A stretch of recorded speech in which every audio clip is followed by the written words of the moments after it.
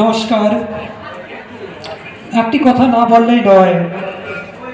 গীতাজিতে ভগবান বলেছেন, নহি জ্ঞানেন সদৃশ্য পবিত্র মিহ বিদ্যতে। জ্ঞানের তুল্য এমন বস্তু জগতে নাই। তাই সাহিত্যিকরা তাহাদের মনের অন্তরিত স্থল থেকে জ্ঞানের তলোয়ার জগতের মানুষকে দেন। বর্তমান জগতে অবক্ষয়ের যুগে সাহিত্য অমূল্য সম্পদ, যা মানুষকে টাকার মধ্যে অশান্তির জায়গায় শান্তি এনে দেয়।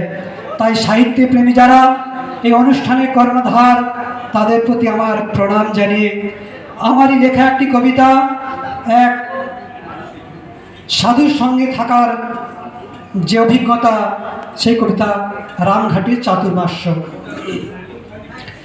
মধ্যপ্রদেশ জেলা ডিন্ডোরি লুটগাঁও গ্রাম, নর্মদা নদীর কিনারে অবস্থিত রামঘাট যাহার নাম।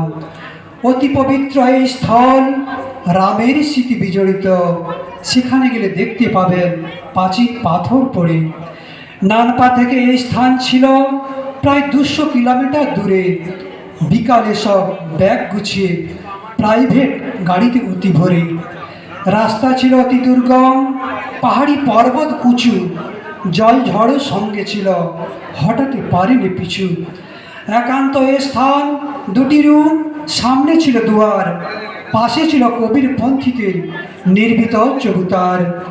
উঁচু নিচু খোলা মাঠ, সবুজের চাদর, শান্ত শীতল পরিবেশ, বাতাস বহিছে তরতর। অচেনা অজানা স্থান, পানীয় জল বহুদূর, চুপচাপ বসে থাকলে ওঙ্কারের আসে সুর।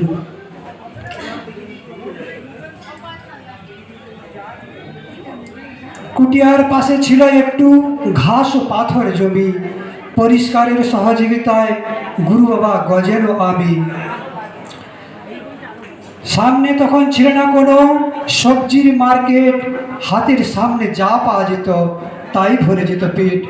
কখনো জুটত বুনো চিচিঙ্গা কিংবা কানশিরা শাক, কখনো বা ভেড়ি পাতার ভাজা করত কিস্তিমাত।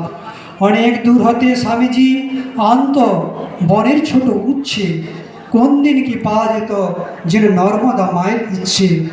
কোনোদিন হতো কুলেখাড়া বেসনের পকড়ি, ভাত ডাল রুটি ছিল না কোনো জুড়ি। প্রত্যহ বিকালে বসিত শিবমহিন্দ্রম গীতা পাঠ। গ্রামের লোকজনে আনাগেতে ভরে যেত সে মাঠ। গুরু মহারাজ হারিয়ে বাজিয়ে